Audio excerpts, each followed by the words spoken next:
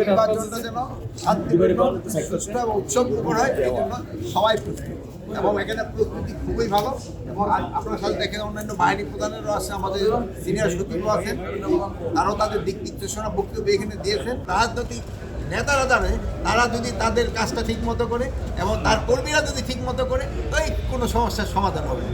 Helicopter তাই সেই সমস্যার সমাধান করে দিতে পারে। আর যেহেতু এইবার সবচেয়ে সর্বোচ্চ ফোর্স দেওয়া হয়েছে এবং যেহেতু আপনি জানেন এখানে নদী নালা বহু রয়ে গেছে, এই জন্য কোস্টগার্ড এবং নেভির সংখ্যা অনেক বাড়িয়ে দেওয়া হয়েছে। যার যার বক্তব্য শেষে দিবে, পলিটিক্যাল বক্তব্য একজন একজন দিয়ে যাবে, যেহেতু তার তো ভোট টানতে হবে।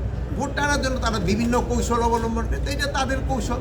বাট আমরা আমাদের এই বাহিনী এবং আমাদের সরকারি কর্মচারী সবাই নিরপেক্ষভাবে কাজ করবে, এতে কোনো সন্দেহ। ভোটের বাকি আছে 10 দিন। ভোট কেন্দ্রে প্রশাসনের যে স্তরটা আপনি বলেছেন যে অনেক ফোর্স ডিপ্লয়েড করা হয়েছে, প্রশাসনের যে বিন্যাসটা করেছেন সেখানে কারা কারা এবং কিরকম পরিমাণ সংখ্যা আইন শৃঙ্খলা বাহিনী নিয়োজিত থাকে ভোটের দিন? সংখ্যাটা আমি পুরো বাংলাদেশে এটা বলতে পারবো, বাট পুরো বাংলাদেশে আমরা 1 লক্ষ সেনাবাহিনী নিয়োগ করতেছি, 1,50,000 পুলিশ নিয়োগ করা হয়েছে, দেবী 5,000 নিয়োগ করা হয়েছে, 37,000 বিজিবি নিয়োগ করা হয়েছে, র্যাব নিয়োগ করা হয়েছে প্রায় 10,000-এর মতো এবং কোস্টগার্ডও প্রায় 5,000-এর মতো, একটু কম দিতে চাচ্ছে।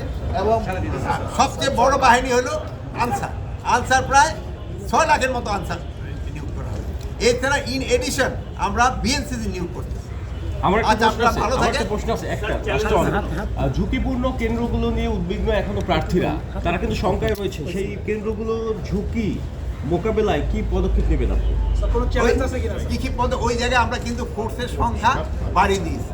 এখন আমরা শুনি পটুয়াখালীতে কিন্তু প্রতিদিনই এবং ওই জায়গায় আমাদের এই একদম শেষ করে বডি ক্যামেরা রাখা হচ্ছে, কেউ কিন্তু পার পাবে না। সিসিটিভি প্রত্যেকটা জায়গায় আগে যে স্ট্যাপিং করে চলে গেছেন এর কিন্তু ছবি উঠে থাকবে।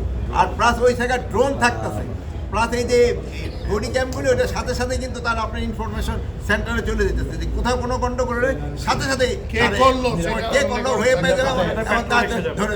এবার আমরা ডগ স্কোয়াডও রাখা হচ্ছে এখানে, প্রায় 42,700 মতো লোক সেন্টার কেন্দ্র, কিন্তু পূজা মণ্ডপ ছিল প্রায় 33,000। ওখানে কিন্তু এই যে সুরক্ষা অ্যাপ খুবই ভালোভাবে কাজ করছে। আপনারা দেখছেন যে পূজা এবার কিন্তু খুবই শান্তিপূর্ণ হয়েছে, আগেরটাও শান্তিপূর্ণ হয়েছে। কদিন আগে যে এই সরস্বতী পুজো হয়ে গেল এটাও খুব শান্তিপূর্ণ হয়েছে।